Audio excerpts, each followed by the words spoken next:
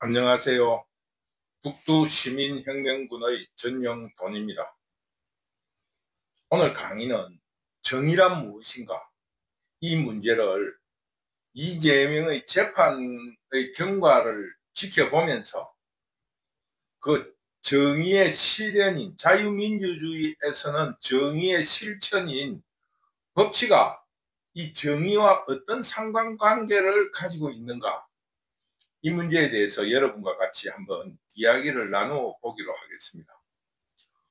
우선적으로 몇 년 전에 하버드 대학 교수 마이클 셀덴이 그 지은 정의란 무엇인가에서 정의를 판단하는 기준으로 그 개인의 행복, 그리고 자유, 그리고 미덕이라는 세 가지를 제시했습니다. 이것은 사회의 어떠한 이론적으로 말하면 행복, 공리주의라 할 수 있습니다. 최대 다수의 최대 행복, 이 공리주의적인 그런 문제로서 개인의 행복을 가장 우선시했습니다. 그리고 자유주의, 개인의 자유, 그리고 미덕이라는 것으로서 그 공동체를 위해서 자기가 헌신하거나 양보를 하는 그 미덕, 이 세 가지를 주장을 했어요. 그런데 이 말은 굉장히 깊은 철학을 가지고 있는 것 같지만은 자유민주공화국이란 이 말 속에 마이클 셀덴의 그 정의 개념이 모두 들어가 있습니다. 쉽게 말하면은 그 자유라는 건 앞에서 말한 자유를 말하는 것이고, 민주라는 것은 최대 다수의 행복을 말하는 거 아니겠습니까? 민주주의는 옳고 그르다는 것을 다수에 두고 있는 것을 민주주의라 하는 겁니다. 그러면서 그 민주가 주인이라는 뜻인데, 주권자라는 뜻인데, 그 주권자가 어떠한 집단 지성으로서의 다수를 말하는 겁니다. 그러니까 공리주의에는 민주주의가 공리주의를 따른다고 할 수 있는 거예요. 그 다음에 공화라는 게 그게 바로 공동체 아니겠습니까? 그 법치라는 게 공화를 위해서 있는 거 아니에요. 자기 마음대로 자유를 해버리면 공동체가 깨지니까 그 법에, 그 쉽게 말하면은 사회 계약에 의한 법에 의해서 다스려지는 국가를 공화국이라고 하니까, 공동체를 온화하게 평화롭게 화해롭게 만드는 그런 체제를 공화국이라 하니까, 그게 미덕이 발생되지 않으면 공화가 이루어지지 않습니다. 그러니까 북두 시민혁명군이 이야기하고 있는 것은 그 정의라는 게 아주 복잡하고 그런 개념이 아닙니다.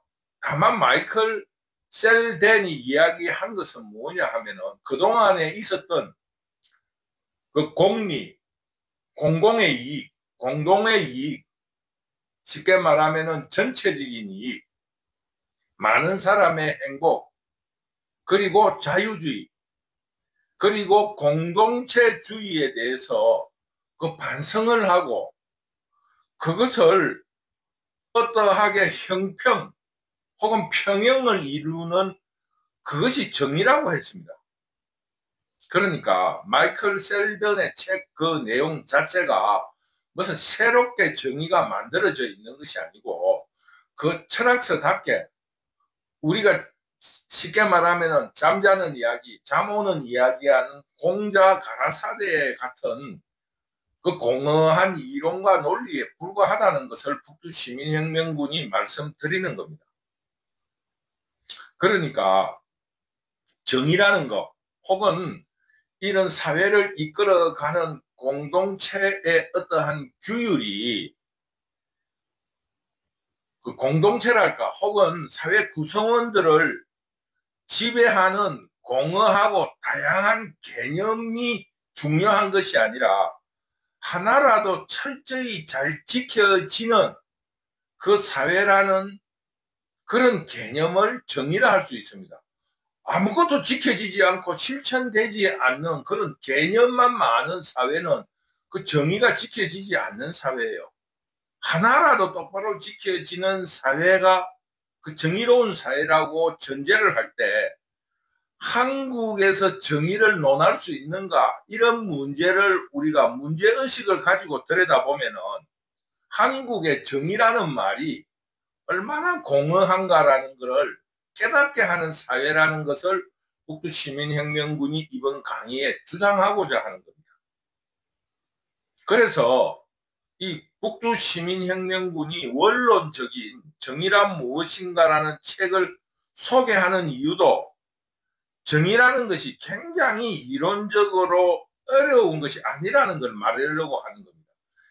그 셀던이 이야기한 세 가지, 최대 다수의 최대 행복, 개인의 행복, 그 다음에 자유, 그리고 공동체를 위한 믿음, 헌신과 혹은 양보를 이야기하는 이런 그것 자체가 그 어려운 이야기는 아니라는 겁니다.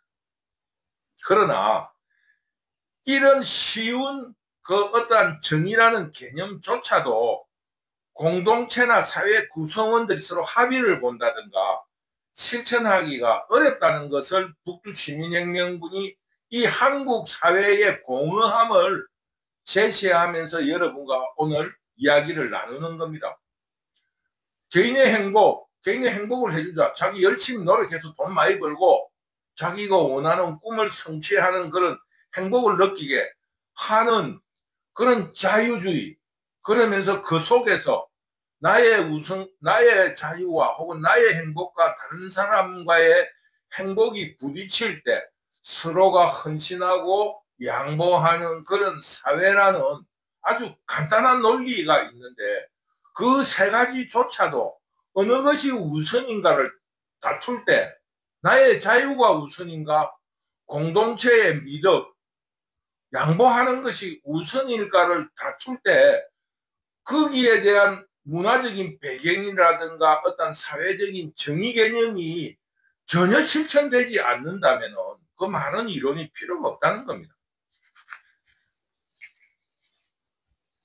그런데 이런 우선순위라든가 형평, 그 형평, 평형, 이 서로 저울이 서로 만족하게끔 균형을 갖추는 그거를 그 실천하는 것이 자유민주주의에서는 법으로 하는 거예요. 법치. 그러면 지금 한국 사회는 법과 정의, 쉽게 말하면 이론적인 정의와 그것이 현실적으로 실천되고 적용되고 있는 법은 어떤 상관관계를 가지고 있는가? 이런 문제에 대해서 우리가 이재명의 범죄와 재판 과정을 바라볼 때 과연 한국에서 정의와 법치는 일치하고 있는가? 그리고 그 법치가 앞으로 말해 나가겠지만 법치가 정의와 일치되지 않으니까 거기에 대한 구성원들의 갈등에 대해서 왜 법과 정의가 일치하지 않는 것은 앞에서 말한 행복, 자유, 그 공동체에 대한 헌신이라는 이 세 가지의 우선순위라든가 평형이 가중치가 서로 다르게 되면은 그 법과 정의가 일치하지 않음으로써 그것을 조정하는 정치가 있는데 법과 정의가 일치하지 않는데 그 정치가 그 부족한 부분을 불균형한 부분을 국민 통합을 통해서 그 서로 일치를 볼 수 있겠는가 합의를 볼 수 있겠는가 하는 문제를 한번 다루어 보고자 하는 겁니다. 이런 문제의 가장 대표적인 사건이 조국입니다. 조국 사태예요. 잘 알다시피 조국은 그 서울대학교 교수로서 법학 박사로서 그 우리 사회에서는 지성인이라 할 수 있습니다. 그런데 그 지성이라는 사람이 그 법치라 할까 혹은 사회 정의에 어긋나게 공정한 자유, 공정한 경쟁을 무시하고 자기 자녀 아들과 딸을 상류 계급이 선호하는 변호사를 만들기, 법조인을 만들기 위해서 의학전문대학은 혹은 로스쿨을 그 스펙을 그 부정으로 취득을 하든가 아니면 그것을 과장된 서류를 제출을 해서 그 로스쿨과 의학전문대학을 입학을 하거나 실패했다는 사실이 드러났습니다. 그런데 조국은 법학 교수로서 법 실정주의의 입장을 들이대면서 나는 법을 위반한 것이 아니고 도덕적으로 조금 비난받을 수 있는 그런 입장이라고 항변을 해왔습니다. 그러니까 조국이 주장하는 것은 이런 부정적인 방법에 대해서 법적으로 불법이 아니다. 다만 도덕적인 비난을 받을 수는 있다. 이런 주장을 해왔고, 그래서 그 어떠한 재판 과정에서의 불법으로 인한 벌에 대해서 수긍을 하지 않고 반박을 해왔습니다. 지금 이재명은 더 나아가서 도덕적인 비난조차 인정하지 않으려는 그런 법실정주의의 입장을 고수하고 있습니다. 증거가 없다. 나는 그런 거를 한 적이 없다. 기억이 안 난다. 이 법실정주의의 허점을 노리고 있는 겁니다. 법실정주의라는 게 뭐냐 하면은 간단하게 말해서 악법도 법이라는 겁니다. 법으로 정해진 이상 그 법을 따라야 된다는 논리입니다. 법이 정의롭게 됐던 다수의 행포로 국회에서 마음대로 법을 만들었던 그 법을 따라야 된다. 그러니까 법실정주의에서의 정의는 바로 법입니다.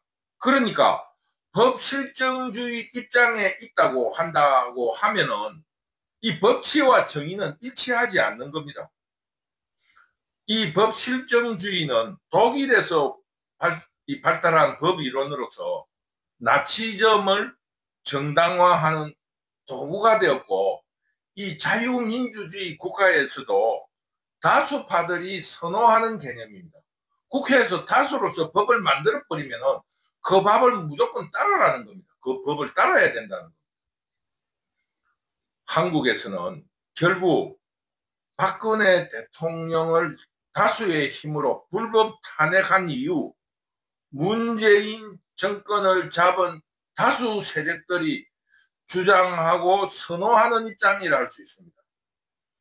그러니까 그들이 민주주의를 부르짖고 있고 민주 세력이라고 하지만은 결국 그들 스스로 법실정주의를 주장함으로써 스스로 독재자 흉내를 내고 있다고 할 수 있습니다. 법치에서 법실정주의로서는 정의가 실현될 수가 없고 다수와 힘에 의한 결정만이 있습니다. 즉 법치가 정의와 전혀 상관관계가 없다는 것을 말하는 것입니다. 법실정주의의 특징은 법 조문에 의해서 딱 결정이 되기 때문에 이해 당사자들끼리 판가름이 아주 쉽습니다.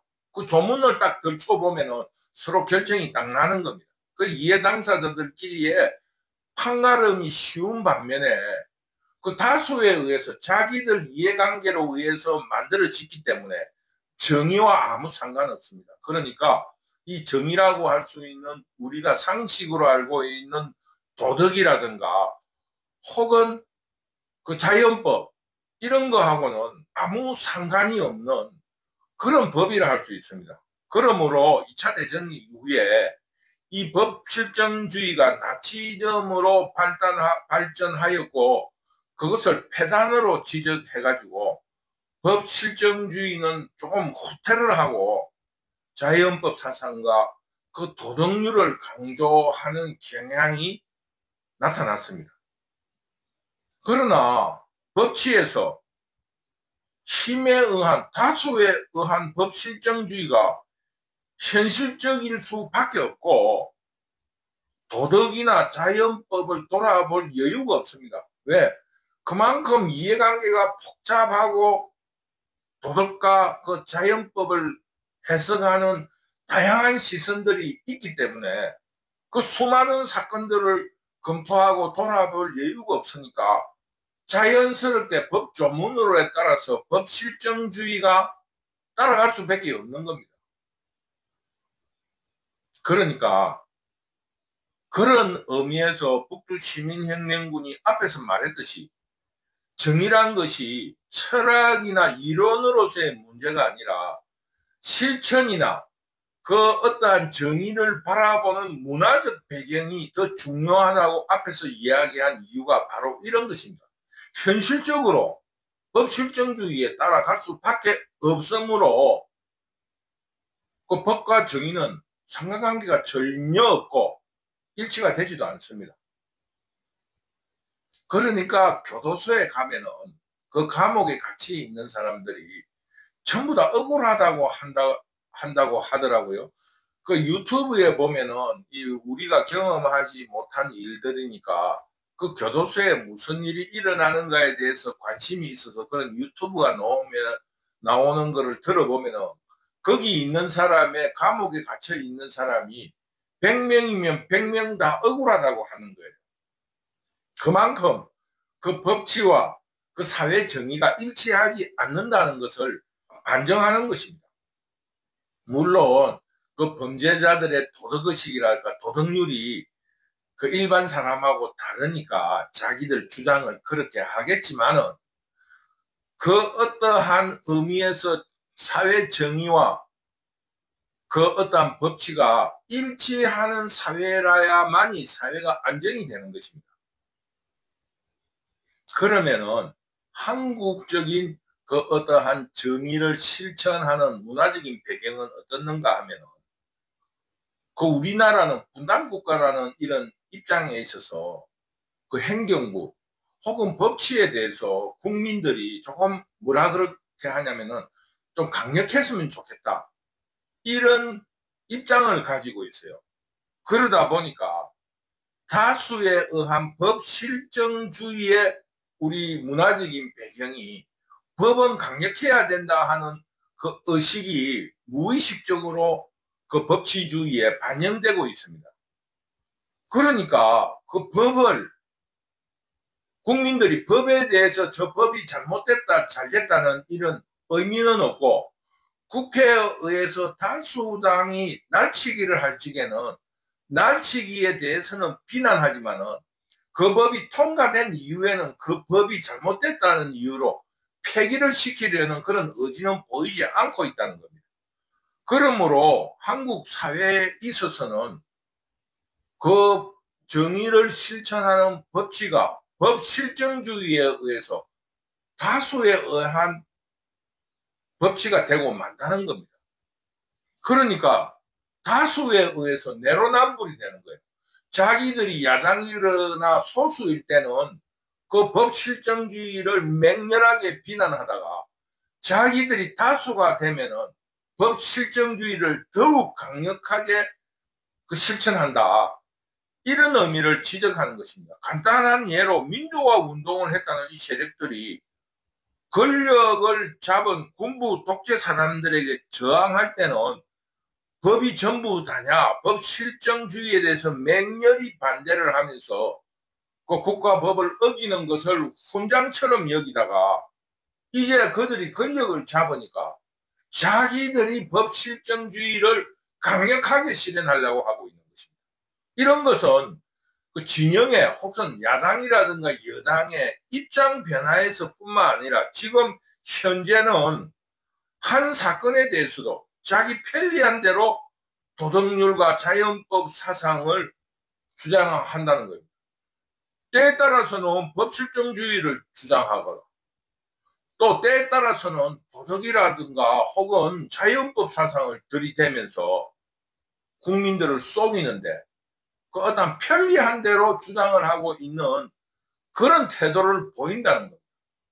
그 자기의 그 법치라는 원칙이 있어야 되는데 정권을 잡으면 우리는 법에 대해서 이렇게 해석을 하겠다는 원칙을 가져야지 국민들이 예상을 하고 이렇게 행동을 할 건데 그 다수당 권력이 자기 마음대로 야당일 때 주장한 것을 여당이 되면서 입장을 바꾸고 또 한 사건에 대해서도 상층부 국민들에게 모범을 보여야 되는 지배 계급들이 그 왕권 시대나 독재 시대처럼 한 사건에 대해서도 자기 편리한 대로 갖다 잣대를 들이댄다.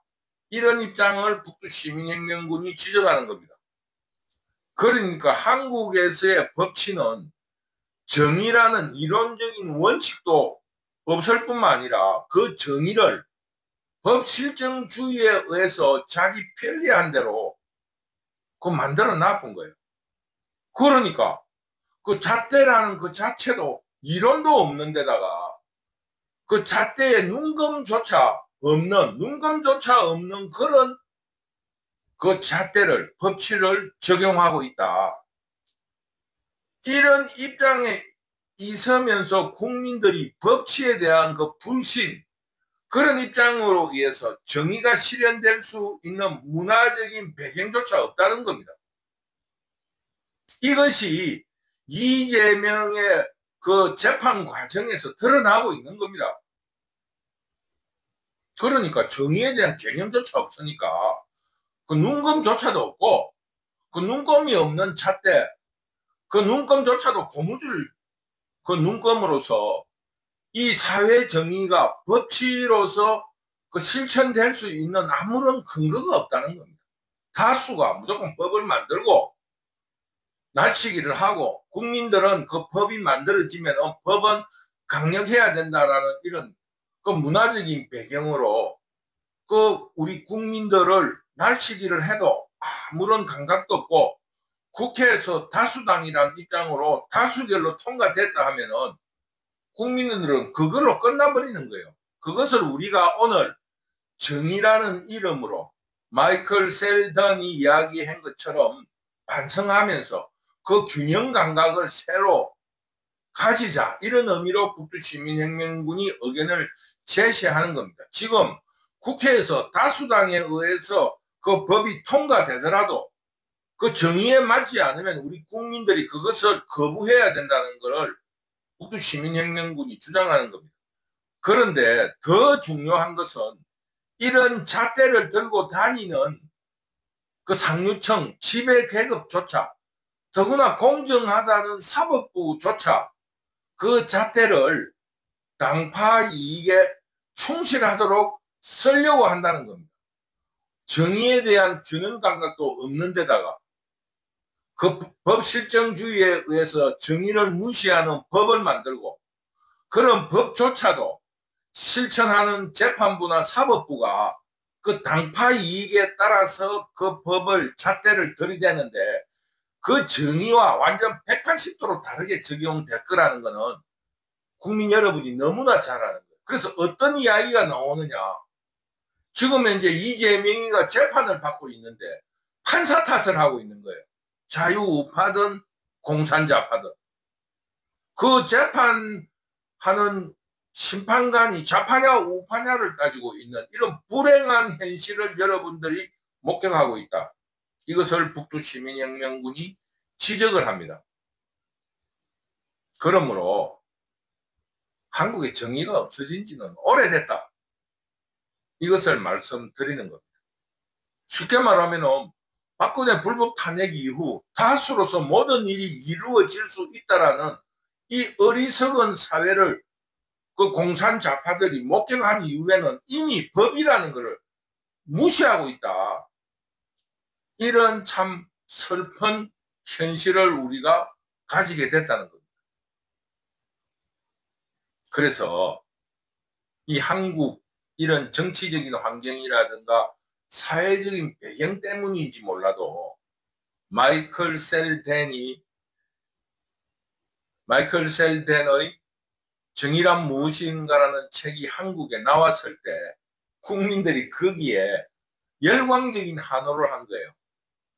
북두시민혁명군이 생각할 때 그동안에 그 한국의 사회 정의가 실시되지 않고 있다라는 그런 반정이 아니었을까, 이런 생각도 해보는 겁니다.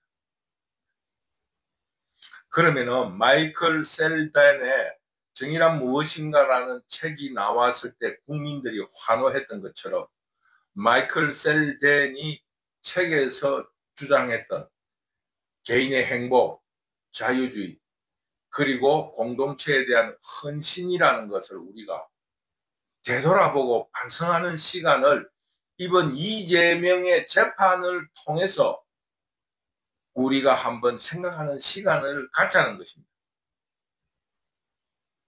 그래서 그동안에 철학서에서 혹은 책에서만 이야기하는 정의와 법치라는 일치의 문제에 있어서 그 개념을 새로 덜추어지고 반성하고 그 형평 혹은 평형을 유지하려고 하는 이런 문제를 우리가 다시 한번 문제의식으로 제기를 하자는 겁니다. 그런데 이런 중요한 시점에 우리 모두가 재미있는 현상을 발견하게 됩니다. 조국은 그동안에 자기가 주장했던 대로 크게 법을 위반한 건 아니다. 장학금도 주는 걸 받았을 뿐이다. 그리고 자기들이 그런 그 공동체의 헌신이 아니고 상류 계급을 지향했다는 이런 의미로서 도덕적인 비난을 받을 수 있을 뿐이라고 하면서도 그 도덕적 비난에 대한 반성의 태도를 보이더니 이재명이 대통령 후보를 나오기 위해서 그 재판을 연기하고 재판에 저항을 하고 법치를 짓밟는 모습을 보고 조국이가 슬그머니 그 권력으로서 다수로서 법을 짓밟는 그런 행위에 슬그머니 끼어들었어요. 이제는 쉽게 말하면 조국과 이재명이 서로 앞에서 끌고 뒤에서 밀면서 자기들의 재과를 그 법치에서 그 권력으로서 법치를 짓밟으며 자기들의 벌을 자기들의 범죄를 없는 듯이 하려 하고 있어요. 이런 개탄스러운 그 현실에 대해서 우리 국민들이 반성의 시간을 가졌으면 좋겠다. 이재명의 사건의 본질이 여러 가지 구실을 가지고 법실정주의적인 입장에서 무죄라고 주장을 한다든가 혹은 그 법과 정의의 불일치를 구실로 이재명을 무죄로 만들려고 하는 그 정치질에 대해서 우리 국민들이 단호한 심판을 내려야 된다. 간단하게 말해서 지금 현재 벌어지고 있는 대장동 사건, 백현동 사건, 법인카드의 문제, 그리고 지배청으로서의 위정교사, 허위사실 유포 등은 엄한 벌을 받아야 될 사건입니다. 일반 국민들이 해도 안 되는 일을 그 지도청에서 이런 일을 벌였다는 것에 대해서 우리 국민들이 엄중한 처벌이 내려질 수 있도록 사회 정의를 되찾는 그런 시간이 될 수 있도록 우리 모두가 행동하고 지켜봐야 한다. 그것이 지켜지지 않을 적에는 우리 자유시민들이 이 사법부를 쉽게 말하면은 방벌 쫓아내야 된다. 폐기시켜야 된다. 이런 주장을 하는 겁니다. 법실정주의에 의해서 재판이 끝났으니까 우리 국민들이 할 수 없다. 법이 다수에 의해서 국회에서 통과되었으니까 우리가 할 일은 없다는 것이 아니라 국민 저항권을 가지고 절대로 용서할 수 없다는 그런 행동을 보여줄 수 있도록 우리 모두가 마음을 단단히 가졌으면 좋겠다. 이런 생각을 결론적으로 제시합니다. 우리 자유시민들은 이제 이재명의 재판을 관중이나 혹은 목격자로서가 아니라 우리 사회의 정의를 실천하는 당사자로서 그것이 잘못되었을 때는 거부를 해야 한다 하는 그 강력한 의지를 표시해 줬으면 좋겠다. 이런 의미로 오늘 북두시민혁명군이 정의란 무엇인가에 대하여 강의하였습니다. 북두시민혁명군은 소박하게 어병의 자세로 그 유튜브를 하고 있는데 의외로 단시간 내에 여러분들의 응원을 너무너무 많이 받아서 늘 감사합니다. 여러분들의 응원이 많고 적고를 떠나서 그 공과를 떠나서 의병의 충실이 그냥 유튜브를 열심히 하겠습니다. 조그마한 영향이라도 이 사회의 등불로서 역할을 할 수 있다면은 북두시민혁명군 유튜브는 늘 여러분과 함께 같이 하겠습니다. 여러분의 성원 늘 감사합니다. 감사합니다.